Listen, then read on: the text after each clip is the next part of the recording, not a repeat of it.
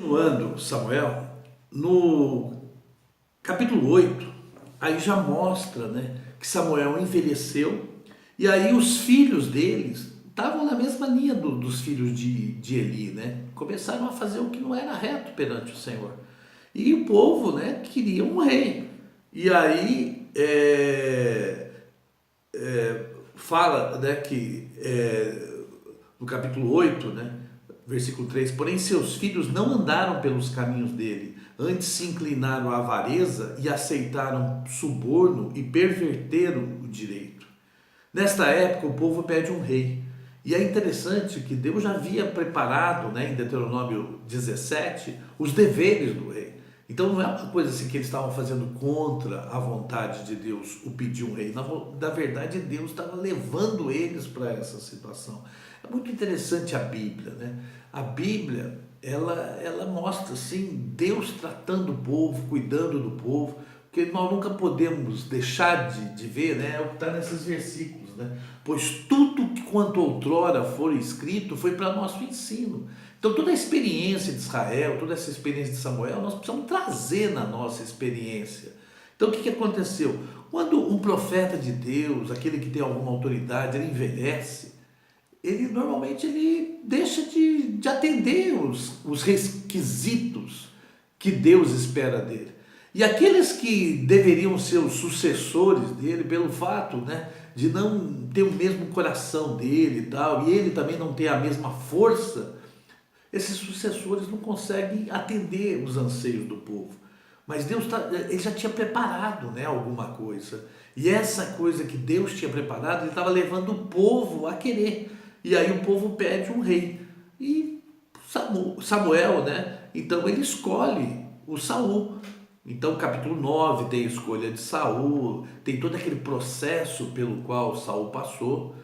Mas esse Saul, apesar dele ter sido escolhido conforme a determinação de Deus, Deus estava preparando ele para mostrar aquilo que não era para ser e para realmente preparar o coração daquele rei que era o rei segundo o seu coração.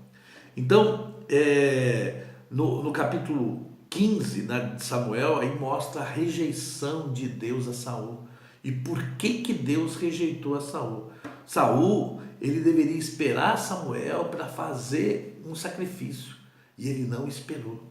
Então mostrava o que? Que ele não respeitava o sacerdócio, ele não respeitava os profetas. E pelo fato dele não respeitar o sacerdócio, os profetas, na verdade ele não estava respeitando Deus. Então como que Deus poderia continuar dando a sua autoridade àquele que não deixava ser encabeçado por Deus? Isso aqui é tão interessante, né? A gente tem que tomar isso como lição, né? Qualquer autoridade que Deus nos dá, nós precisamos entender que essa autoridade não vem de nós, ela vem de Deus. Então, por isso, nós temos que respeitar a palavra de Deus e aqueles que representam Deus, né? São os profetas, os sacerdotes.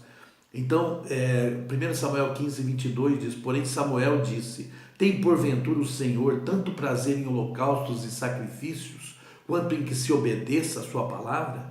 Eis que o obedecer é melhor do que o sacrificar, e o atender melhor que a gordura de carneiros. Porque a rebelião é como o pecado de feitiçaria, a obstinação é como a idolatria, e cultos a ídolos do lar. Visto que rejeitaste a palavra do Senhor, ele também te rejeitou a ti, para que não seja rei. E aí no capítulo 16 tem a escolha de Davi, né, que é maravilhosa a escolha de Davi por Samuel. E aí tem todo um processo, né, pelo qual Davi passa, sendo testado por Saul e diversas vezes. E aí ele é testado para quê? Para que ele seja realmente um homem segundo o coração de Deus, um rei segundo o coração de Deus. E ele por duas vezes, né, tem a vida de Saul nas mãos dele, mas ele mostrava claramente o temor que ele tinha a Deus, o respeito que ele tinha por aquele a quem Deus tinha ungido. Ele não ia levantar um dedo para conquistar alguma coisa. Se Deus ungiu e se Deus estava dando para ele, ele esperava o quê? Que Deus vindicasse ele. E é maravilhoso, né? O livro de 1 Samuel, mostrando, né, como que um rei é escolhido e como um rei é preparado. O rei segundo o coração de Deus.